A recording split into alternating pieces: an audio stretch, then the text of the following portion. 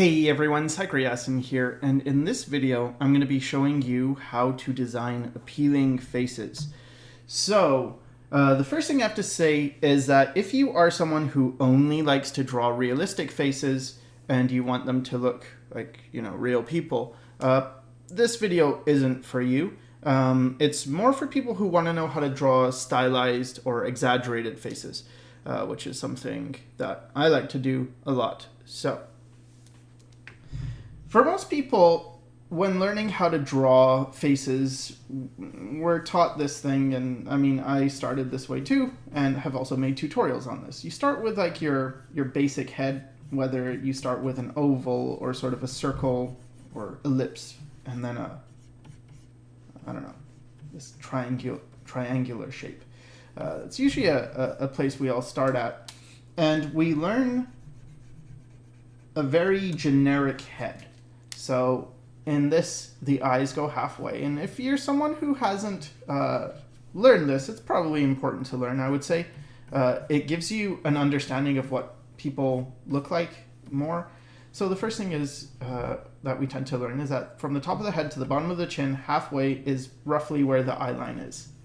And then between the eyes and the chin, halfway is where the nose goes. And I mean, some of these guides vary from one person to another, and the reason is because heads vary. This isn't real proportions. It's just a generic proportion. So I mean, okay, so we get the eyes about halfway, nose, and then some people say the mouth is halfway from the nose to the chin. Other people say it's like you divide it into three, and on the top third is the mouth line, and then the bottom of the chin is somewhere a bit between the mouth line and the bottom, and that second third, which is like the chin area. And then your eyes, kind of go in this spot. You have an eye in between. You have your eyebrows, and between the eyebrows and the nose is, like, if you curve around, then you kind of get where the ears are. And then either halfway from this point or a bit like up to this, which is another half, you get the hairline. So for girls it tends to be higher, for guys it tends to be lower.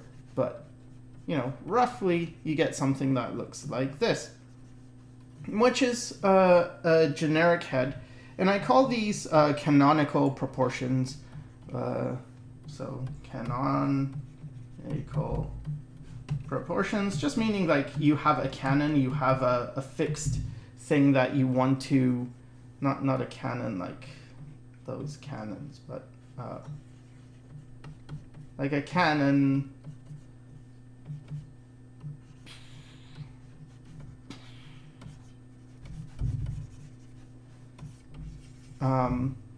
A canon is in like a guide, like hey, I'm this tall, I'm this many heads tall, and all that stuff.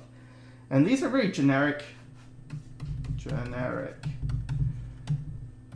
And this is kind of what I feel doesn't really help too much.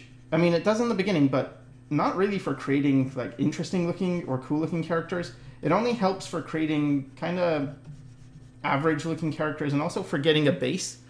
So you kind of know, for instance, like, well, here's where the eyes are supposed to go, about halfway. So I'm going to alter that. Or if I look at this person, how do they compare to this generic? So this gives you like just a standard so that you can judge everyone else by it. Like, oh, okay. So, hey, I want to know if this character, this guy I'm looking at maybe, or a character you're drawing, has like a thick neck. Well, if the neck is supposed to be on a generic head, it's more like this, then thick probably is bigger. So, maybe like this.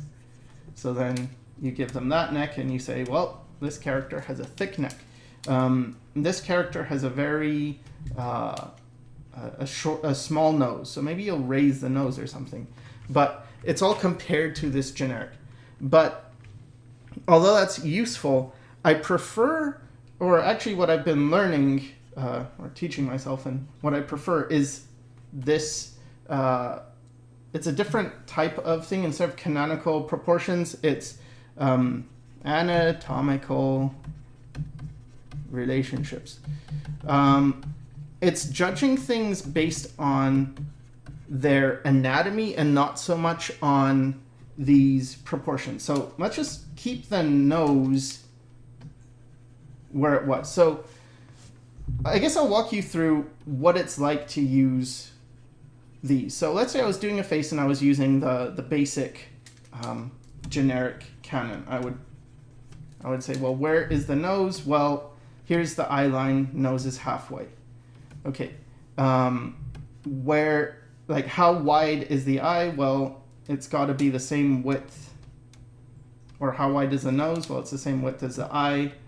So that's how wide the nose is. And then you've got half an eye space between this eye and the side of the face. So that's kind of how you build. With the anatomical one, what you do instead is you build off things like this. Okay, so the nose is kind of, it's between these 2 points somewhere, but really what I think about is like the nasal cavity. I think of the eye sockets more. So the nose is in between the eye sockets.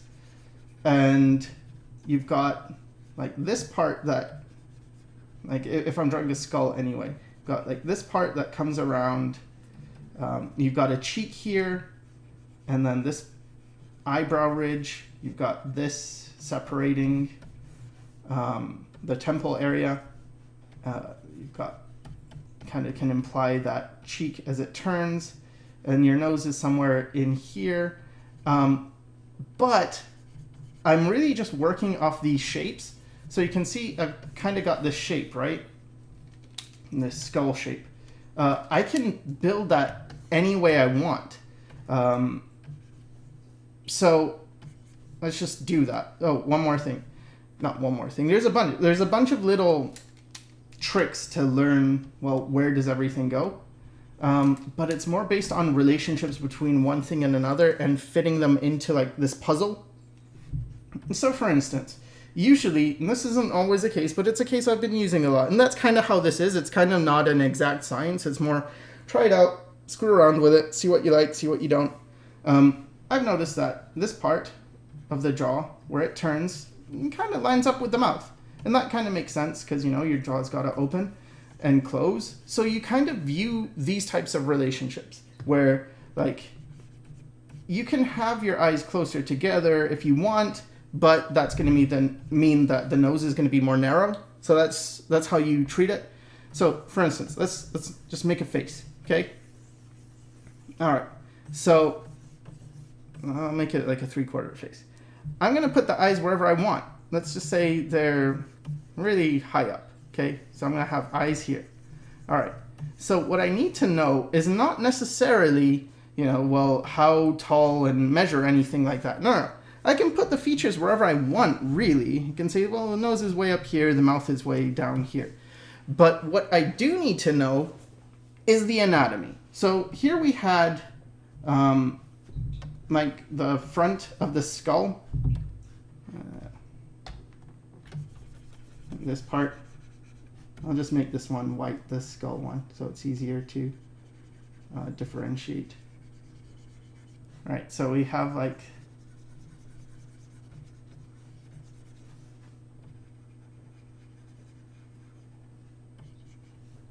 the skull guy. All right, so this part of the eye socket, well, we can put that here, right? So the eye socket's going to stay the same in terms of not placement, but like the concept of it. Like you need an eye socket, okay, and you need a nose bridge. So here's a nose bridge. You can make the nose like end here. You have nostrils, and so you can put those there. And then your mouth is way down here. Okay, so what that means by having the mouth way down here is it means this area is going to be really long. So you're stretching that. But this part is still going to be close to the like this cheekbone is still going to be closer to the eye socket. So we keep that up here and we extend this part. So I'm extending all the portions, but the proportion, or rather the relationships are still in place. Not like measuring relationships, but anatomical relationships, right? So here's the bottom of the chin. And then remember I mentioned that the mouth is kind of opposite to this turning thing. So I can make that turning jaw point right here, kind of still opposite of the mouth. And then I can go up. And then the ear being between the eyebrow and the nose, that's kind of more of an anatomy thing as well. So I can maintain that. I can just make the ear between the eyebrow and the nose, and the eyebrow sits on this eye socket area. So I can put that in. And then have like an ear here and get the side of the face in. Can put in where the eyes would be. And maybe like a long, skinny neck. And a hairline, right? So like the hairline is not halfway down, or I mean, it's not halfway between the top of the head and the eyebrows or anything like that. It's like super up here. I mean, in relation to the top of the head, because maybe it is sort of, not halfway, but close. But anyway, it's still, I mean, to me, it kind of looks okay.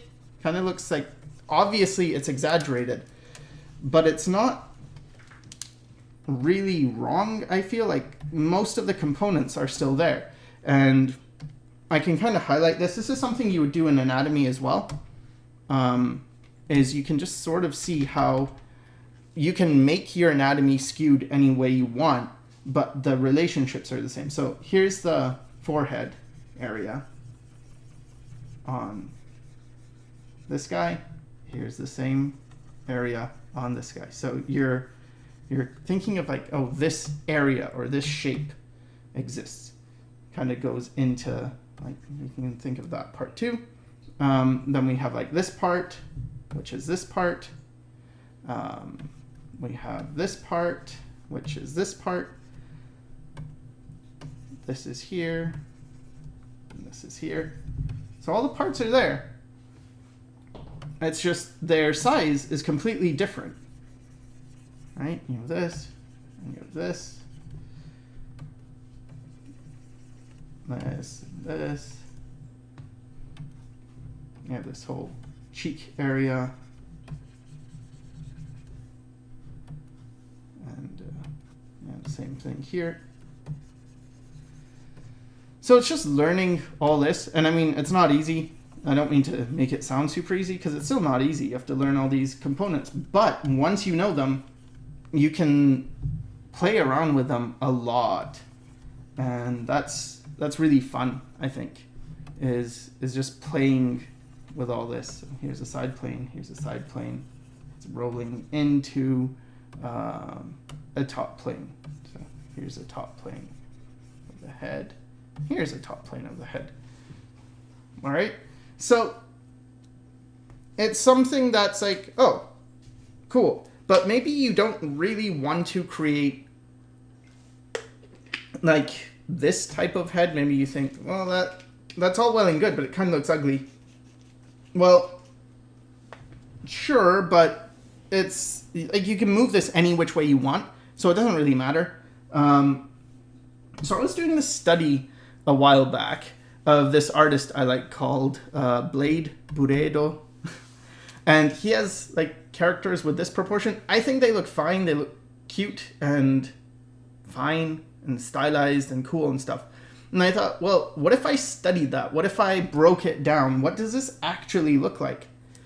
Compared to something like that you may find in a how to draw anime book, or, you know, even a how to draw the human head book. And so I broke it down. And I looked at, here's a head proportion between a normal head and what he has, like more of a normal head would be this, and what he has is like this. So you can see the eyes. If we go from the top of the head to the bottom of the chin, halfway is here. That's nowhere near where the eyes are. And then the eyebrows get raised. The head is just humongous, like the cranium. All this area. It's huge compared to what it would be, which is like you go from this to that. And then your entire features and everything are down here. Now the eyes are way bigger. See, the eyes actually only take up about that much space, but in this case they take up about that much space. So it's a very, very exaggerated proportion. When I look at like the body, it's a bit weird, but in context with everything else, with the hair that makes up for this shape and it brings things together, with the colors, which are actually really subtle. So I looked at the colors, and I also looked at the values and like how close these are. They're really close, these colors. If I just show you on a color picker, here's the eyes, for instance. That's the brightest part, which is a highlight. But then these parts, like, they're not that dark or light. I mean, they're pretty light. They're not that dark. With the hair, this is the hair in the light. This is like the average tone of the hair, and this is the hair in the shadow, which is like, if you think of shadow, you're probably usually thinking around here, but it's way up there. So again, it doesn't matter that your drawing is like one thing or another, that the eyes are here or there. It's just what looks good to you. That's really the main rule, is what looks good to you. And that's how you should design these things. So when I talked about how to, like, okay, so now we kind of have the relationships. I guess I should just go through the relationships in a front view and a side view, because that's good to know.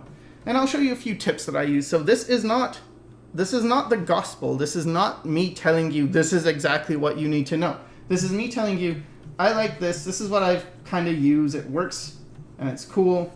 And here I'm going to show you it. See what you like, what you don't. Use what you like. Get rid of what you don't.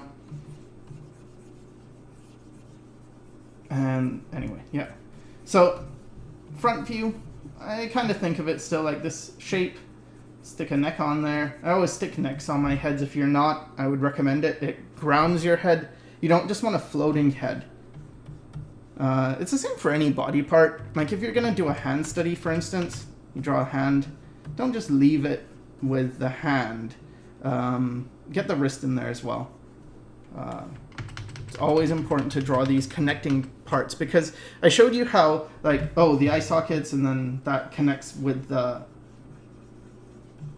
like, between the eye sockets, where you have the nose, and then above you get the eyebrows, like the brow ridge, and then you have the mouth. Again, it doesn't really matter if you put the mouth way up high, if you put the mouth really low. What matters more, if I put the mouth really high, for instance, like that, is that I have to adjust the jaw so that the jaw opens properly. So I'll just raise the jaw, and then that mouth works. So again, it really doesn't matter too much where these things go exactly, so long as they're in the right spot with things around them. So I'm going to think of the front plane and the side plane, ears around here. And I can just work with this one with the mouth super high. That's fine. Let's just make it more crazy. Let's pull the hairline really like this widow's peak, just super extreme though. I mean, I'm sure there are people who look like this, so it's not super extreme. It's very normal, but just, you know, it's normal and different. It's fine. You know, nothing's wrong with you if you look like this at all.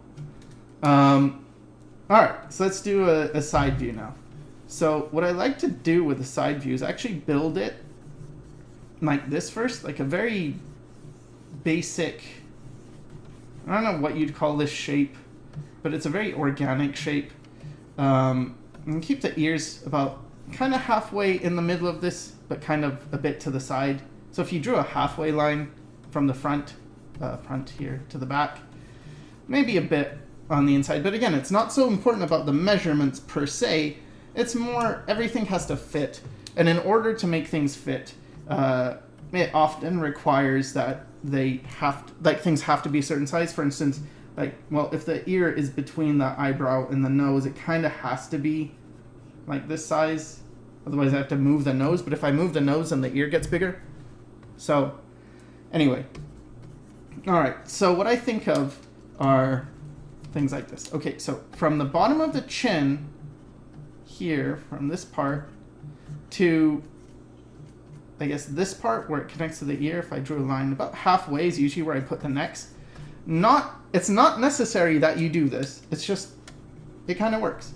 Kind of works for an appealing thing. And then you can always play around. You can always screw around and say, well, no, I want my chin like here, or I want it way back here. But if you put it around here, it's not going to look wrong. I guess that's the thing. Yeah. It's still going to look good. It's still going to look appealing. And that's what this lesson was about, right? How to create appealing faces, not how to create correct faces. So that's something. So start with this rough shape. How can we think of it? Maybe think of it like sort of like you have the letter D, right? But then you stretch it a bit, bring this part down, make it more like this, I guess, this shape. Triangle shape, sailboat shape. Could think of it like a sailboat. I don't know. Whatever method works for you, that's how to think of it. But it's just this shape. That's the important thing. I usually start with that shape. Okay, and then that's a neck. Is halfway between this point and this point. It's roughly where I have the neck. Another way to do it, which is really good as well, is to block out the whole head shape. And this is something, I believe I learned it from a Doxy tutorial. Doxy, he gets the credit. Look him up. He's very good. He does very good tutorials, but almost all of them are not safe for work or for kids. Not safe for kids. Nusfuck. So they're all Nusfo and Nusf. Anyway. Okay, so you get this basic head shape, right? I just blocked in roughly where the head is. So let's make a neck for this person. So what you do is you ignore the whole drawing out. Don't need it. Just treat this like its own little thing, its own little shape. Let's just fill this shape in just to make it more that it's a shape. Okay, we have this balloon. Just imagine you have a balloon and it's very tilted, right? All right, so in the middle of this balloon, where would you say the middle is? If you had to find the middle. Obviously it's not perfectly centered, but roughly about there is the middle of the balloon, right? So from this point, you draw a line straight down, or wherever. You can draw a line this way, or this way. So you draw a line, then you put two equal space on either side of this. So you've got this much space, as long as it's equal. And that's it. And that's roughly where your neck goes. So this way you can find out the way I did it is I made my line more like this, and then equal, and that's, where your neck goes. So that's another way of doing it, is to think of it that way. But we're not really thinking about measurements or specific, count 1, 2, or divide it in half, and then divide it in a third, and divide it in 1/7, and, split that in 2, and carry the 4. It's more just get the shape, and then roughly, that's where the neck goes. And you can tilt it, because the neck is tilted, so you can do something more like this. That's fine. Still comes out from halfway between this and this. So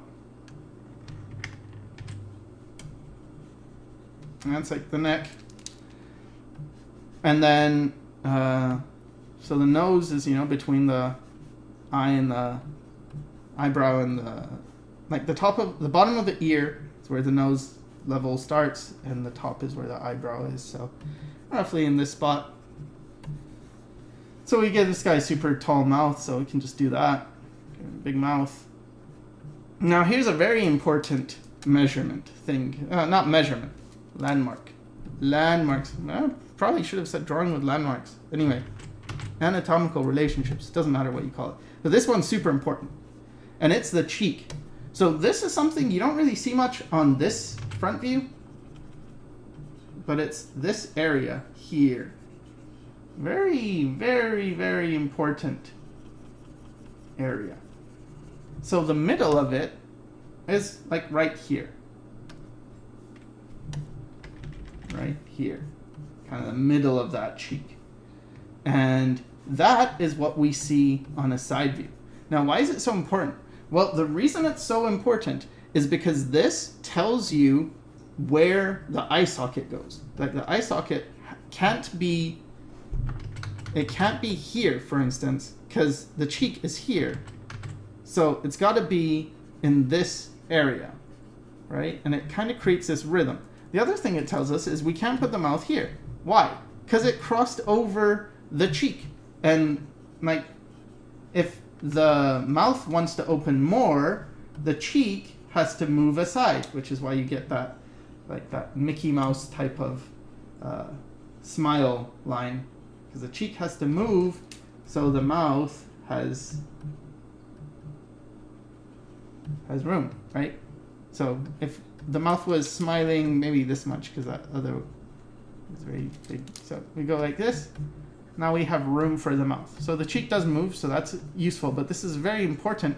Also tells us that the nose can't be, like the nostril can't be here, for instance.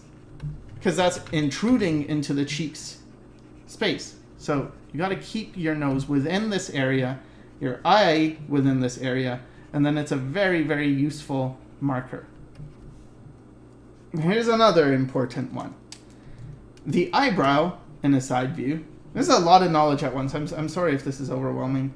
The reason I haven't been making tutorials for a while, and I've just been learning and trying to figure stuff out on my own.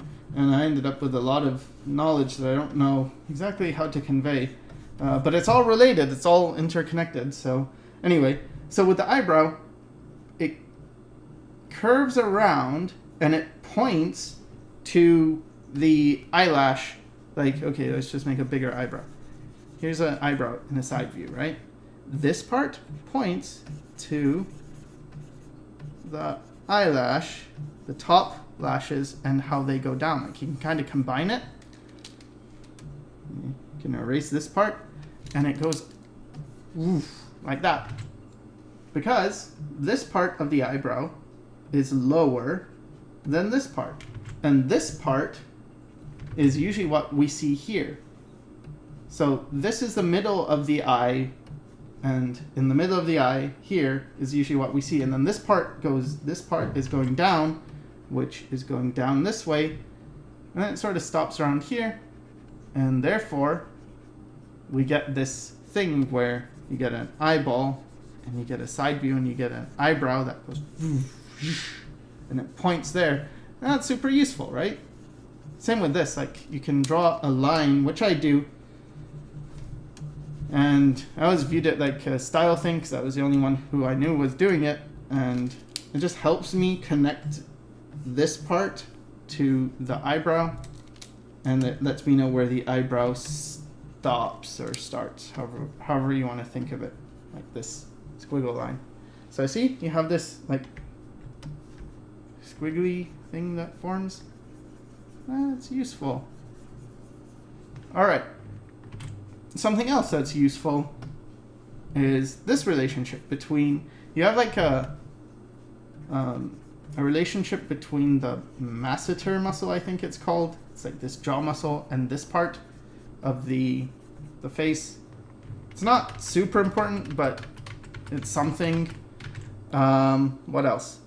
Oh, the back of the cranium kind of turns like this, and that usually lines up often anyway with the, like where this starts to turn. It lines up with the eye, which is, see, here's the eye, kind of go back, then you get the back of the cranium, then you go down, so sort of in this area. I've seen it a bit lower, a bit higher, but generally it checks out, kind of lines up there.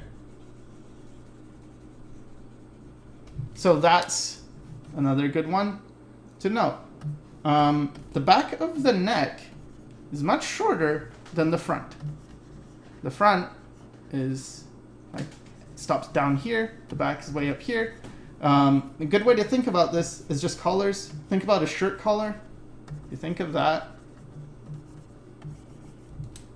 you'll be able to understand this idea more easily. How it's high at the back, low at the front. In fact, it tends to get bigger at the front like that.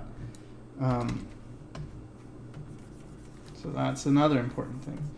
Okay, but this is all about how to create appealing characters. So these are just the relationships that you need to create the appealing characters.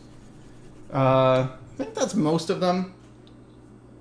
So yeah, like those are important relationships. Then in terms of creating a character, how'd you do it? Well, something I like to do is not stick to a very boring shape. So you might think of, well, I've talked about shapes before, and I talked about applying them to characters. So like, you have your triangles, your circles, your squares, and something I've seen a lot is characters that are, based off a triangle. It's like, okay, so you put the eyes, the nose, wherever you want them, but you base it off a triangle and create a triangle person. That's okay. That's pretty appealing. I mean, that does help create appealing characters. And if you're new to character design or new to drawing it, this is a really nice way of drawing and having a character that looks pretty unique. So they're not just, I mean, it takes about the same amount of skill as drawing a smiley face. It's just, hey, it's in a triangle, so it's more interesting. It's got its own personality. But what I like to do is not really think purely as like this is a triangle, but rather to think of these shapes as kind of like primary colors.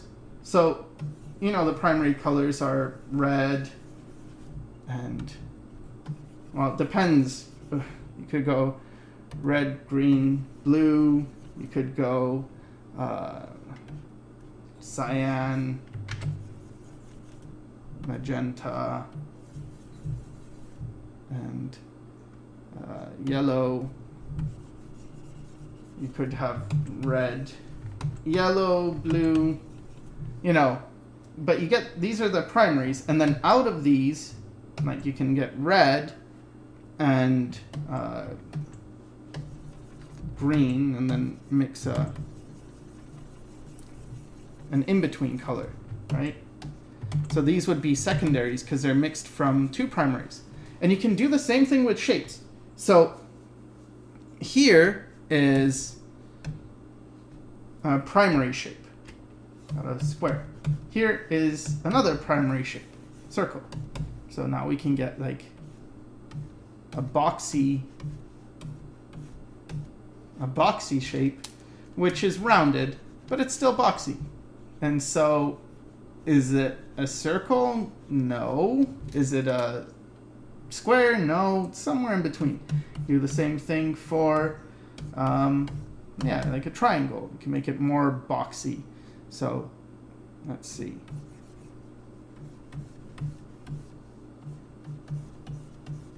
I don't know. Maybe a bit more like that. I added a curve, so this is actually... I guess when you add a triangle, you get tertiary shapes, because it's very hard to make a boxy triangle. I never thought about that before. But you could do something like this. I guess that would be a boxy triangle. Still triangular and still kind of square. But yeah, if you combine 3, box plus triangle plus circle, you get tertiary shapes, which are like shapes like this.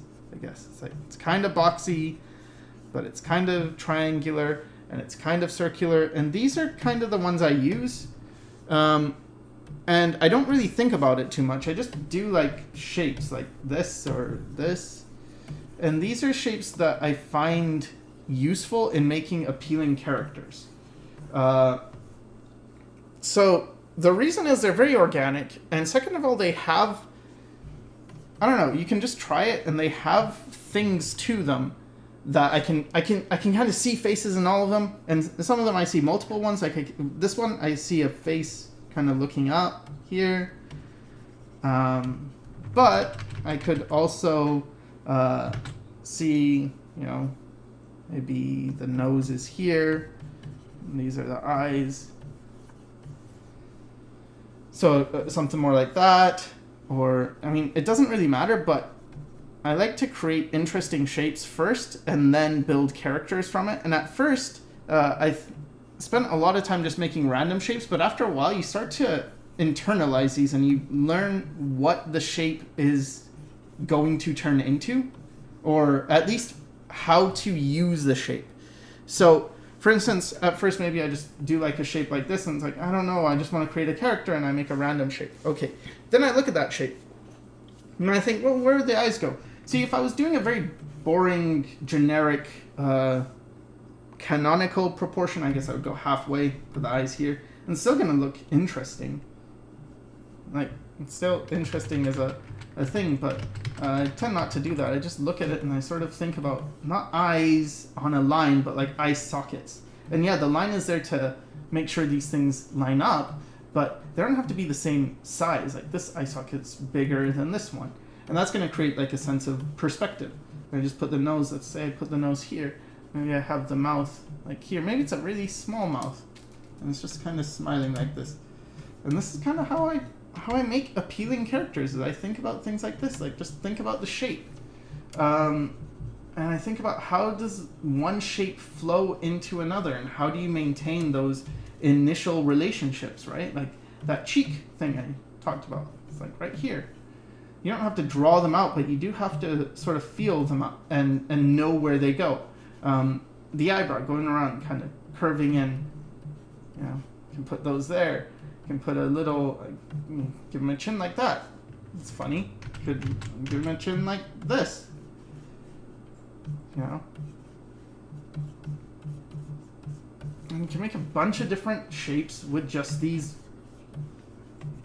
basic, with the basic knowledge of how a face works.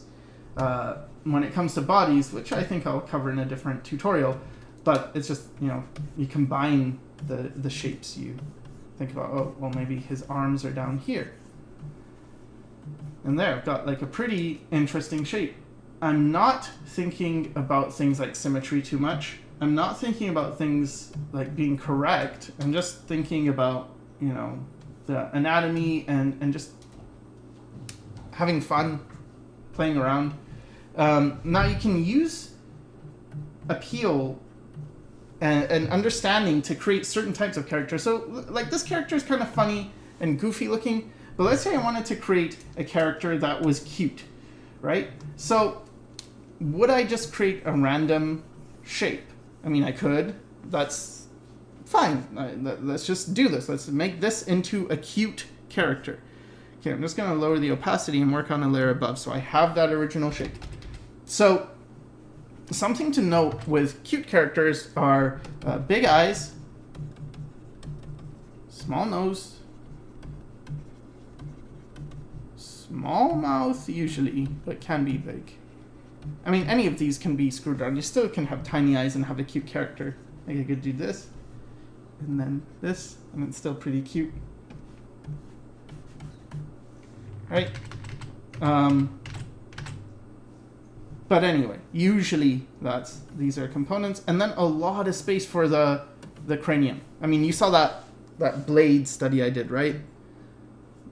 Tons of space for the cranium. So now let's just do that. Let's make eye sockets first. Make a little nose. I'll make the nose really close to the eyes. I'll make a mouth like here. And I'm going to push the cheek out quite a lot. maybe more like lower, and give a lot of space for this area, because this area is just this area.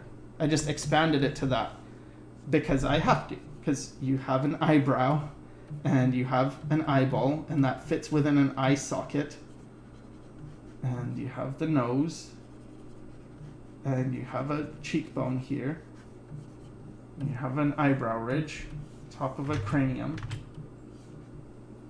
And so the same thing is true here. See, we have an eyebrow, we have this part, we have the cheek here, top of the eyebrow ridge here, top of the cranium there. So anyway, I'm going to make thick upper lashes, thick lashes.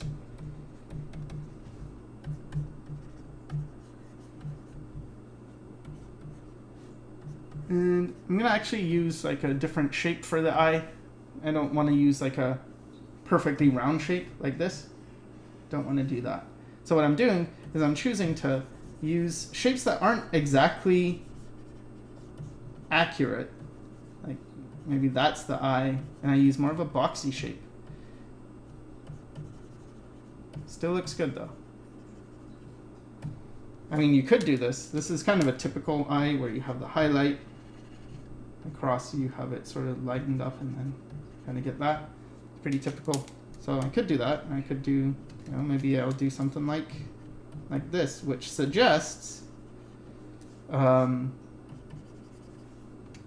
it suggests a couple of things. So what this is, and it's a very common anime eye. You've probably seen it a bunch of times. But what it suggests on a real eye is this.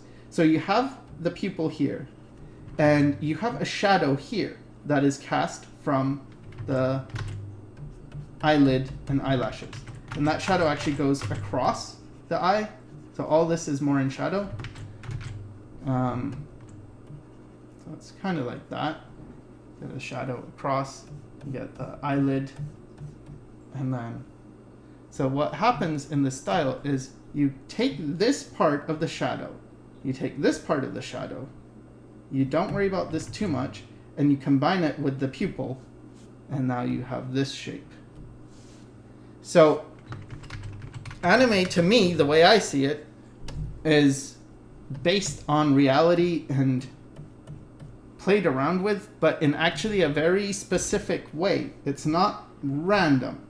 And so I have a lot of respect for anime done well. I have no respect for people who just don't learn this. And I mean, I guess it's still hard to do this, but I have less respect for people who don't base it on reality and sort of don't really know what these things are, but just copy them. Like, you'll look at this and you'll just, oh, well, let me create an eye, and oh, I noticed there's this line and whatever. It's like, it's cooler if you just learn like the way the head is built, and then you can make it anything you want. So that's one thing. So here we've got a more cute face, and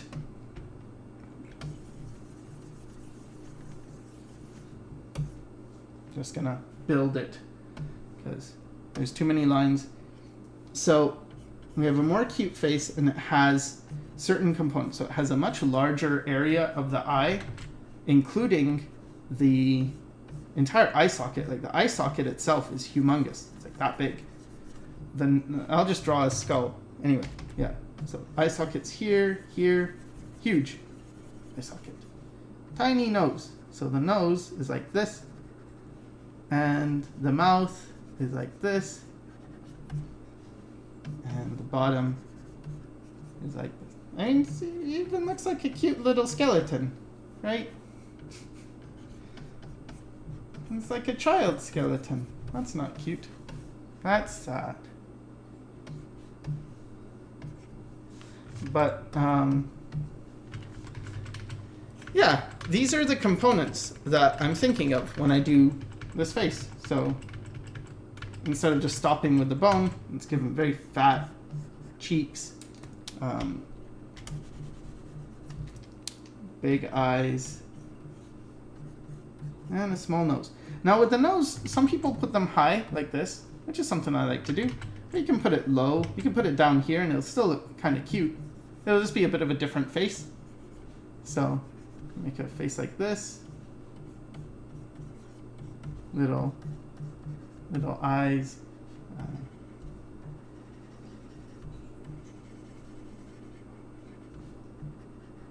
I'm not gonna make things like too perfect. Like I'm not gonna make the eyeball or the iris a perfect circle like this. It's kind of more like this. It's one of those secondary shapes. It's not quite a square, it's not quite a circle, it's sort of in between. And using these types of shapes, these more organic, more interesting shapes, makes more interesting characters, because hey, they're more interesting shapes. It's like you build with something interesting and you get something interesting. You build with something cool and you get something cool. All right. Okay, so here's a nose and a little mouth. And I mean, ideas like cute are all relative. Most people find babies cute, and so these are proportions you would often find in a baby. And so they register as cute to most people, but not everyone thinks they're cute, so I mean, do what you think is cute. But yeah, you can play around with things like noses a lot. Blush is like a super easy way to make something look more cute.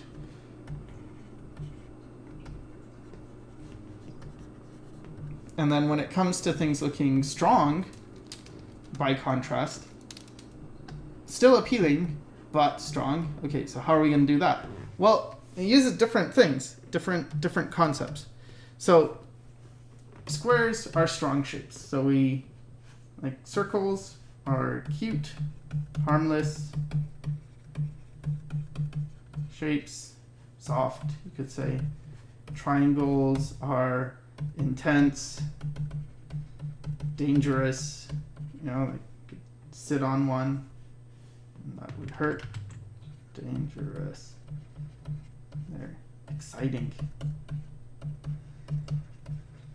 Squares are stable, they're strong, they are tough, it's kind of a synonym. Boring, kind of. You don't have, all of these can be boring except for triangles, they're always cool. That's a joke. Nothing is always anything. But anyway, so we want like strong, so probably combining these two would work better than having a lot of round shapes. So I can do that. I can start a character. I'm not going to start it with a square like this. That would be too boring. I'm going to start it with a square like this. All right. That's exciting. All right. So the other thing is, give the character like a bigger chin tends to work. Let's have a big chin, square, get the ear, smaller cranium, eyes. Let's make them very thin. Remember how the baby had that huge, like this part of the face was really big for the eyes. In this case, we're going to shrink it to like that. The nose can be whatever. I'm going to make it pretty short. And then the mouth, I'm going to make it about like that. So we get a lot of chin, a little bit of this. Probably this is about the same as that or close. And then small eyes. I'm going to make bigger eyebrows, like the mean. Focus on like the jaw. Gotta make the jaw part opposite the mouth, so more like that. And have like a big traps and stuff. All right, so that's like the basic frame that we're working with. And I'm going to build that shape that I originally had, that kind of sailboaty D shape. I can do this. And let's just make this, lower the opacity so I can build on it. So smaller ears, big jaw.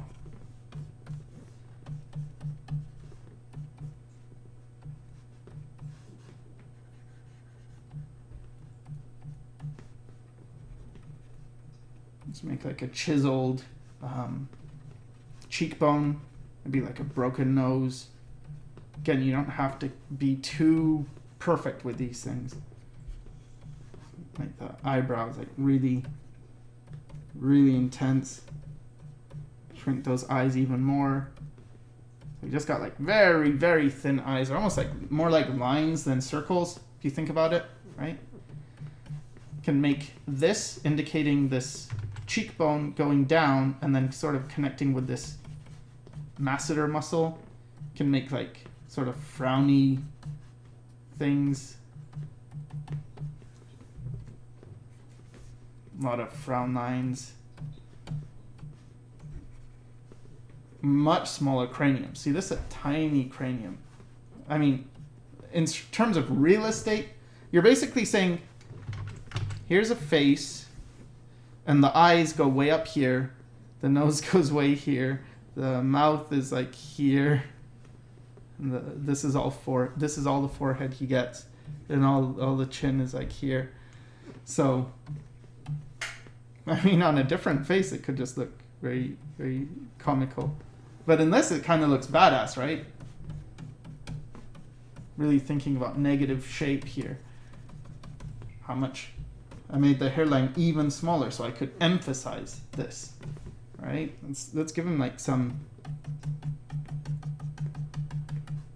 like a beard, or just like a 5 o'clock shadow, where he's just kind of grizzly, right?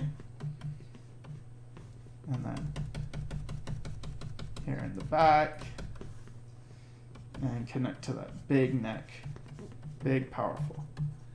So here we end up with like a much more tough character, but it's not using those traditional generic proportions at all. If I was, it wouldn't look this dramatic. And I think really good artists, the ones that you look at and you just don't know how they do something, tend to break the rules more. And I've seen a lot of like Western artists try to do anime, and they're getting much better at it. But when I was growing up, we had examples like, I don't know, we had like books like Christopher Hart and other books like that, which I personally didn't feel like they captured the aesthetic of anime stuff. And I think it's because people in the West are much more likely to stick to realistic proportions. Unless you're talking about Disney, or like French people are very good at playing around with this. But there's much more of a tendency, especially I guess in North America, to stick to something a lot more realistic and not to push it to like the level that like Blade would with this stuff. It's much more of an Asian sensibility to be able to push it that far. Whereas in the West, we tend to want to make things make sense more. So, I mean, that's just an observation, but I think people are getting better. Maybe because we're watching anime from a younger age, but just understanding that aesthetic, that it doesn't have to be correct, it just has to look cool, and that all these things mean something. So, I mean, making the mouth even thinner could make him even more tough looking. Yeah, it works. Maybe some like wrinkles around the eye, and then of course let's make the eyebrows even thicker. Let's give him a bit of a shadow in the eyes like his. So now we're getting like some like tough character, right? And so again, it's just playing around with things, understanding what makes something look tough, and then using that to build an appealing shape. What about Mike? Pretty, attractive. This works for both guys and girls. But I mean, again, it really depends. But usually things like, again, the lashes being very strong helps. The eyes can actually be big or small, because you could have eyes that are very like thin like this and still have them look attractive. Noses are usually kind of diminished, so you're not going to outline them too much. You're not going to draw too much attention to them. The eyebrows tend to be a bit higher, but not always. Again, really depends. Mostly, I think it's just the eyes, smaller, like bigger eyes, smaller nose, make it even smaller, probably raise it a bit. Smaller mouth. Fairly large cranium, depends, again, how big you want it. And then, I guess, smaller ears, and then hair, right? And then blush. So these are things you can do to create just appealing characters.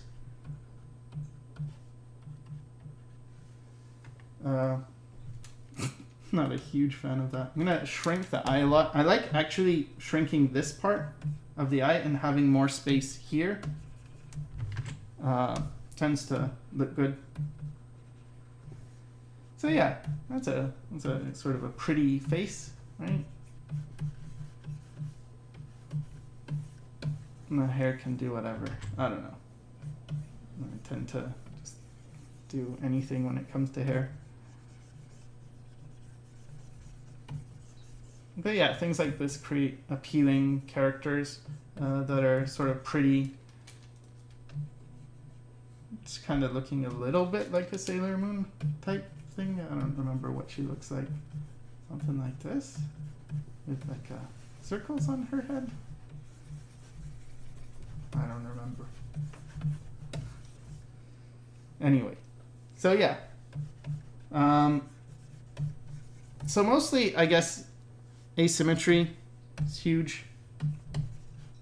Asymmetry. Playing with like secondary and tertiary shapes. So those are shapes made from 2 or 3 primary shapes. And then sort of the feeling you're going for. For instance, do you want something to look cool, something to look scary, something to look cute? So having all these really helps. So let's just make a character. I'll make 2 characters. Okay, so first I'll ignore this. I'll still use shapes. I'll make like a character, and you can figure out which one you like better. Okay, and then just a basic character. Okay, so circle eyes. This is gonna look pretty appealing, but all right. So now I'll try and make a shape, not symmetrical, but still sort of square. I'm gonna actually tilt these circles, make them a bit more interesting. Bring the nose like up here, and the mouth like, and it's too crazy. Maybe here. Anyway, still, it feels like this has a lot more style to it, a lot more oomph. I don't know, and so that's why I like starting with like shapes that are just random, and then like a good exercise is just put down, like make faces out of these shapes, but I think it really helps to know the anatomy. So you're not going to escape fundamentals, you just have to use different fundamentals. Like instead of relying on measuring and rulers and guidelines and stuff, you might still use guidelines just to make sure the angle of your eyes are kind of working, but you're using a lot more just organic stuff, organic shapes, things that kind of flow from one thing into another, and building off that. So yeah, that's how to create appealing faces. There's a lot to it, and I can't really explain as much as I need to, because so much of this needs to be learned through mileage of just drawing. But hopefully it gives you some ideas about what you can do, and also, if nothing else, sort of break free from this. I have to draw a head, so I'm going to measure this, especially people who are starting out kind of do this too much with the measurements. I guess because it gives you a success. Like if you follow all these measurements and directions, you will get a face that looks probably better than you might do if you didn't know anything and you're trying to draw anime and you just make big eyes and big eyelashes and a pointy nose and a mouth and a pointy chin. Right? Kind of an interesting character.